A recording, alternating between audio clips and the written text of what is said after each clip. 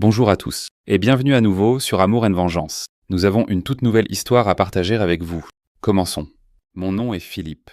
Il y a 22 ans, j'étais un homme différent, avec ce que je croyais être un mariage solide et un avenir tout tracé. Je travaillais comme contremaître en construction, faisant des journées de 12 à 14 heures, parfois 5 jours par semaine.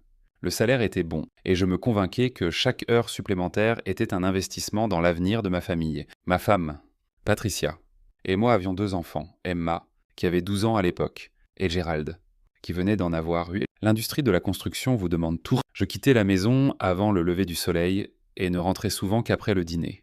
Les week-ends étaient consacrés à rattraper la paperasse, à vérifier les chantiers ou à prendre des projets secondaires pour gagner un revenu supplémentaire. Je justifiais chaque pièce d'école manquée, chaque dîner familial reporté, chaque effondrement épuisé dans le lit comme des sacrifices nécessaires. Patricia semblait comprendre, ou du moins elle ne se plaignait jamais directement de mon absence. Avec le recul, je réalise que je construisais des maisons pour d'autres familles, tout en négligeant de construire quelque chose de significatif avec la mienne. Mais la rétrospective est cruelle de cette façon. Elle vous montre tous les signes d'avertissement que vous avez manqués pendant que vous étiez trop occupé à regarder devant vous. La révélation est arrivée un mardi soir. J'avais terminé une journée particulièrement exigeante à superviser la coulée des fondations pour un nouveau lotissement quand je me suis arrêté à la boîte aux lettres. Mon voisin Tony était dehors en train d'arroser sa pelouse, et il m'a appelé avec cette hésitation maladroite que les gens ont quand ils sont sur le point de partager une nouvelle inconfortable. Tony vivait à côté depuis 8 ans. Il était retraité du service postal et passait la plupart de son temps à entretenir son jardin impeccable ou à travailler sur sa Mustang vintage dans le garage. Il connaissait les routines de tout le monde dans la rue. Quelle maison avait des visiteurs réguliers et quelle pelouse avait besoin d'attention. C'était le genre de voisin qui remarquait tout, mais qui se mêlait généralement de ses affaires. Ce soir-là était différent. Tony a éteint son tuyau d'arrosage et s'est approché de la clôture qui séparait nos propriétés. Il avait l'air mal à l'aise, déplaçant son poids d'un pied sur l'autre avant de enfin parler. Il m'a dit qu'il avait remarqué un schéma au cours des derniers mois. Un homme au volant d'un Chevrolet Silverado bleu visitait régulièrement ma maison pendant la journée. Toujours quand mon camion n'était pas dans l'allée, les visites duraient des heures, généralement de la fin de la matinée jusqu'au milieu de l'après-midi. Ma première réaction a été le déni. Je lui ai dit qu'il devait se tromper, que c'était peut-être un service de réparation ou quelqu'un que Patricia avait engagé pour des travaux ménagers.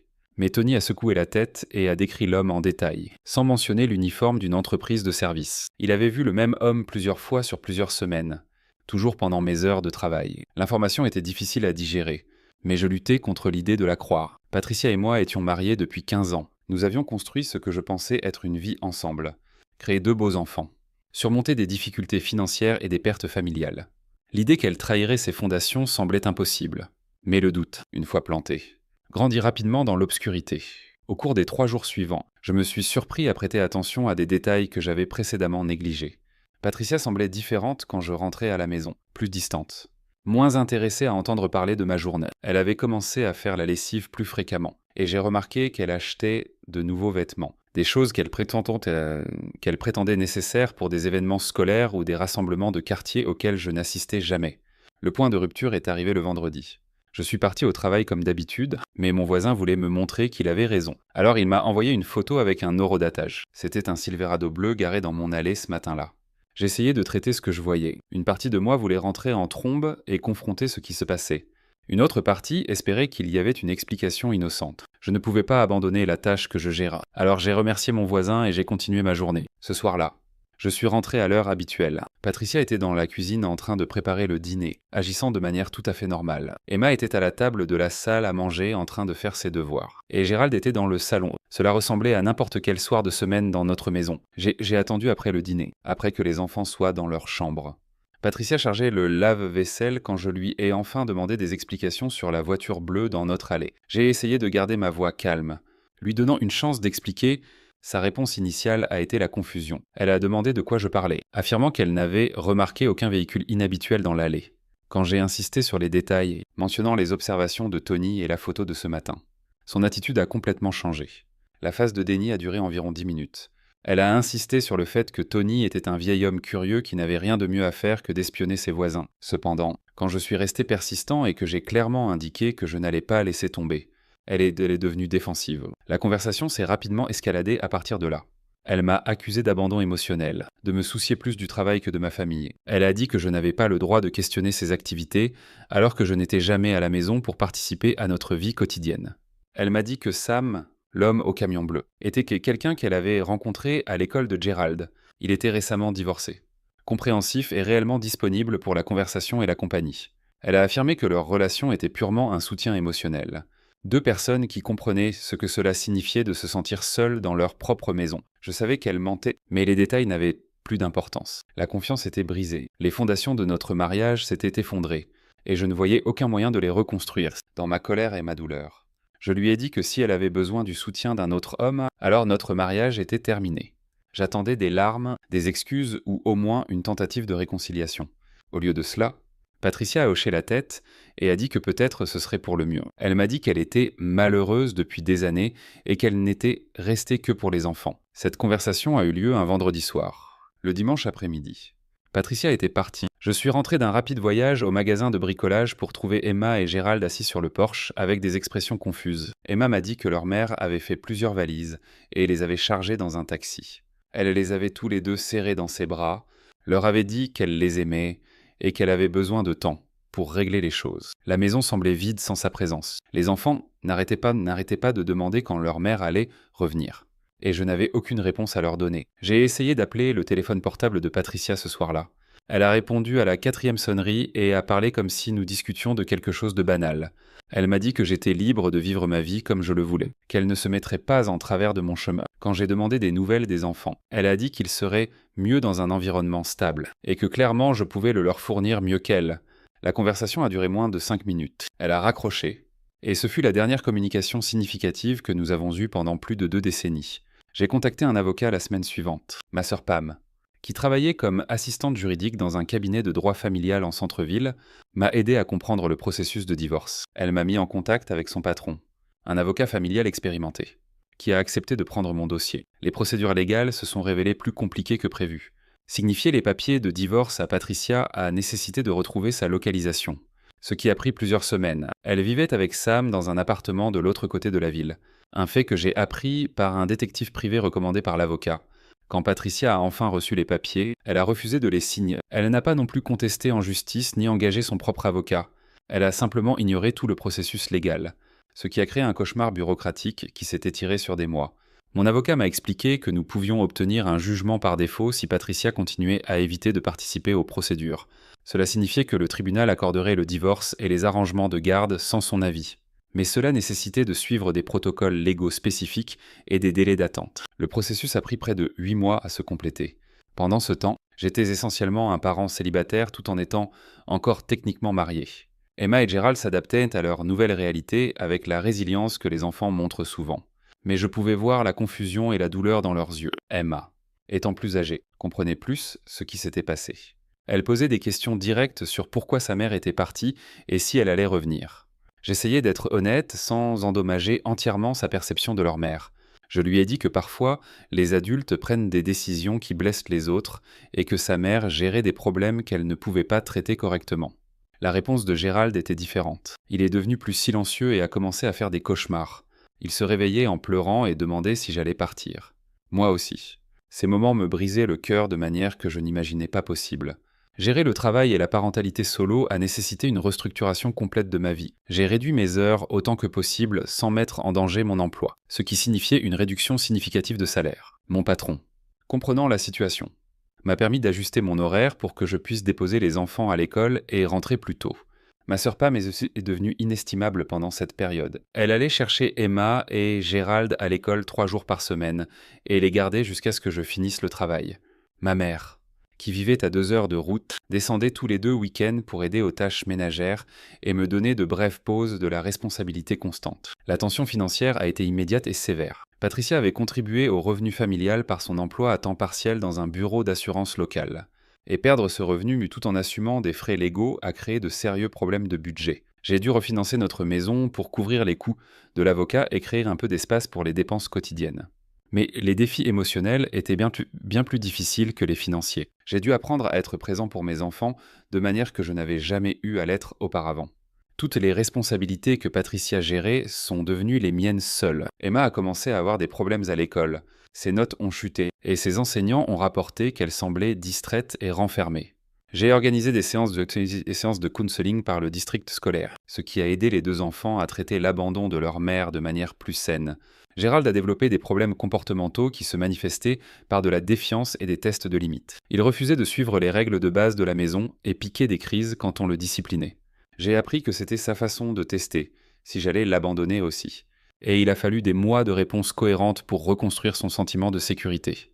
Le jugement de divorce par défaut a été finalisé près d'un an après que Patricia soit partie.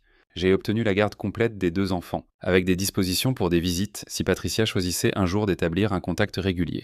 Elle ne l'a jamais fait. Les années qui ont suivi ont été un processus graduel de construction d'une nouvelle normalité. Emma et Gérald se sont lentement adaptés à la vie avec seulement leur père, bien qu'ils portent tous les deux des cicatrices émotionnelles de l'abandon de leur mère qui ont influencé leurs relations et leurs problèmes de confiance pendant des années.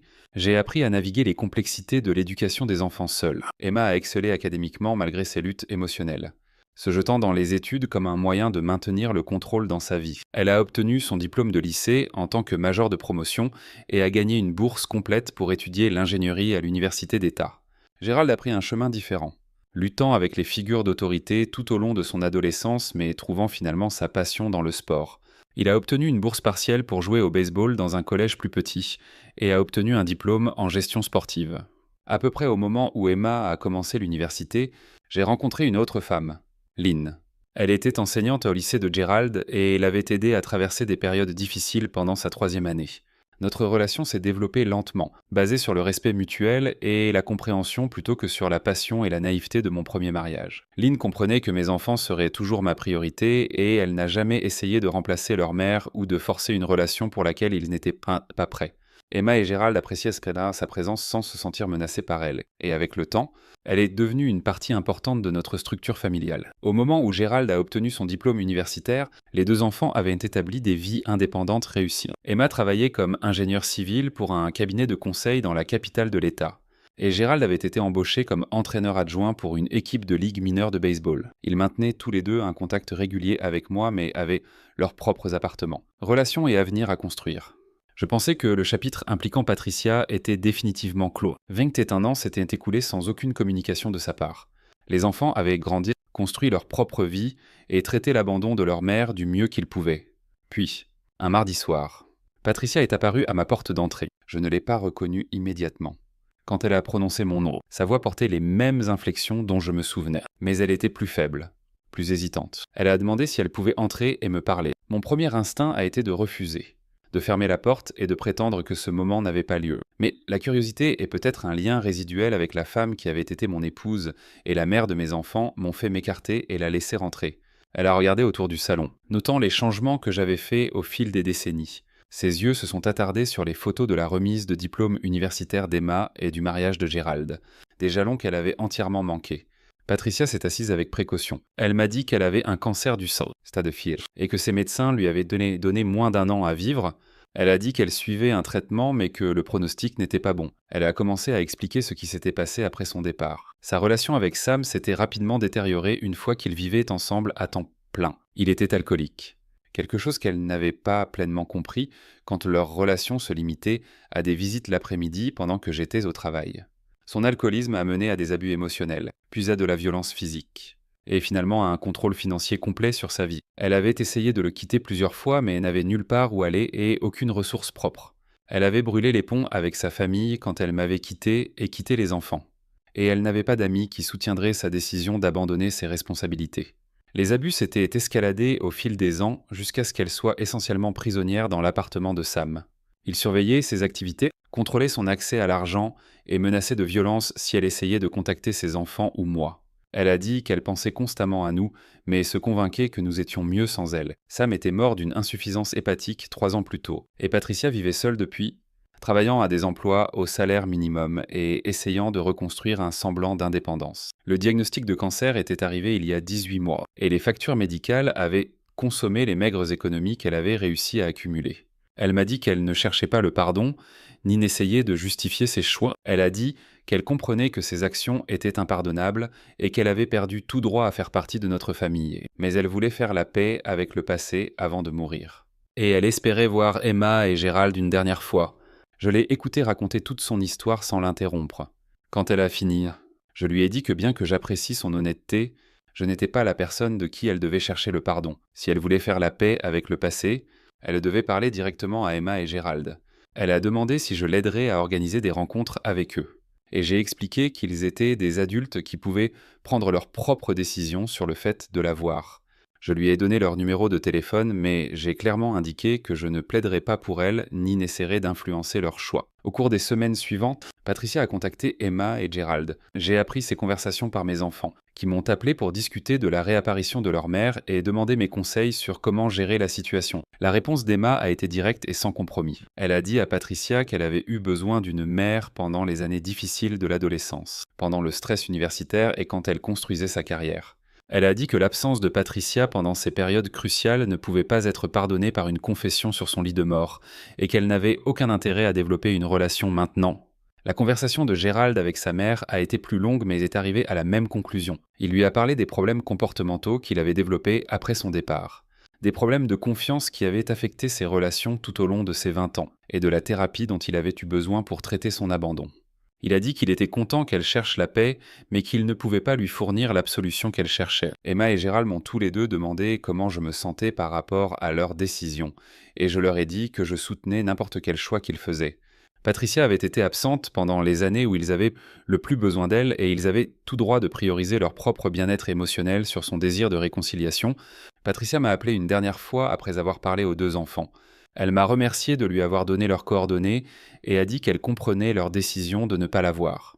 Elle m'a dit qu'elle était reconnaissante que je les ai élevés pour être des personnes fortes et indépendantes qui pouvaient prendre des décisions difficiles et s'y tenir. Elle m'a aussi remercié de ne pas les avoir montés contre elle pendant les années après son départ. Elle a dit qu'elle s'attendait à ce qu'ils soient remplis de haine envers elle et qu'elle était surprise que leur rejet soit basé sur des principes plutôt que sur la colère. Je lui ai dit que je lui avais pardonné il y a des années, non parce que ses actions étaient pardonnables, mais parce que porter de la colère et du ressentiment aurait endommagé ma capacité à être un bon père. J'ai expliqué que le pardon était un choix que j'avais fait pour ma propre tranquillité d'esprit, pas un cadeau que je lui donnais. Cette conversation a eu lieu il y a 6 mois. J'ai appris par Pam, qui avait maintenu des connexions distantes avec des connaissances mutuelles, que Patricia était décédée le mois dernier. Elle est morte dans un établissement de soins palliatifs seule, ce que j'ai trouvé triste malgré tout ce qui s'était passé entre nous. J'ai appelé Emma et Gérald pour les informer de la mort de leur mère. Aucun des deux n'a exprimé de regret quant à leur décision de ne pas se réconcilier avec elle, mais tous les deux semblaient soulagés que sa souffrance soit terminée. Nous n'avons pas assisté aux funérailles, qui était un petit service organisé par le personnel de l'établissement de soins palliatifs. En repensant à toute l'expérience, je ne regrette pas les choix que j'ai faits ni la manière dont j'ai géré le retour de Patricia. Ma responsabilité a toujours été de protéger et de soutenir Emma et Gérald. Et je crois que je l'ai fait avec succès, malgré les circonstances difficiles. Les années de parentalité solo ont été dures, mais elles m'ont enseigné des leçons sur la résilience, la patience et l'amour inconditionnel que je n'aurais pas apprises autrement. Emma et Gérald sont devenus mes relations les plus proches. Et le lien que nous avons développé pendant ces années difficiles reste fort aujourd'hui. Je me demande parfois ce qui se serait passé si j'avais géré la découverte initiale de l'infidélité de Patricia différemment, ou si j'avais été plus présent pendant les premières années de notre mariage. Mais ces questions n'ont pas de réponse significative, et s'y attarder ne sert à aucun but productif. Ce que je sais avec certitude, c'est que l'expérience m'a enseigné l'importance d'être présent pour les personnes qui comptent le plus, de choisir le pardon pour ma propre paix plutôt que comme un cadeau aux autres, et de soutenir l'autonomie de mes enfants même quand leurs décisions sont difficiles à accepter. Emma et Gérald ont tous les deux construit des vies réussies et des relations saines malgré le traumatisme de l'abandon de leur mère. Ils ont appris des leçons sur l'engagement, la responsabilité et l'importance d'être présent pour les personnes qui dépendent de vous. D'une certaine manière, l'absence de leur mère leur a enseigné des choses sur la force et la résilience que sa présence n'aurait peut-être pas fournies. Aujourd'hui, je suis reconnaissant pour la vie que nous avons construite ensemble malgré le début difficile. L'expérience m'a enseigné que les familles sont définies par la présence et l'engagement plutôt que par la biologie ou les documents légaux, et que l'amour se démontre par la constance et la fiabilité plutôt que par des gestes dramatiques ou des appels émotionnels. La leçon la plus importante que j'ai apprise est que le pardon est un processus, pas une décision unique, et qu'il est possible de pardonner à quelqu'un tout en maintenant des limites saines. J'ai pardonné à Patricia pour ma propre tranquillité d'esprit et pour modéliser un traitement émotionnel sain pour mes enfants. Mais ce pardon ne m'obligeait pas à l'accueillir de nouveau dans nos vies, ni à encourager mes enfants à le faire. Emma et Gérald ont pris leurs propres décisions concernant leur mère en se basant sur leurs propres expériences et besoins émotionnels. Et je les ai soutenus, parce que respecter leur autonomie était plus important que n'importe quelle notion abstraite de réconciliation familiale. Au final, nous sommes devenus une famille plus forte grâce aux défis que nous avons affrontés ensemble. Et cette force continue de nous servir bien dans toutes les années qui ont suivi.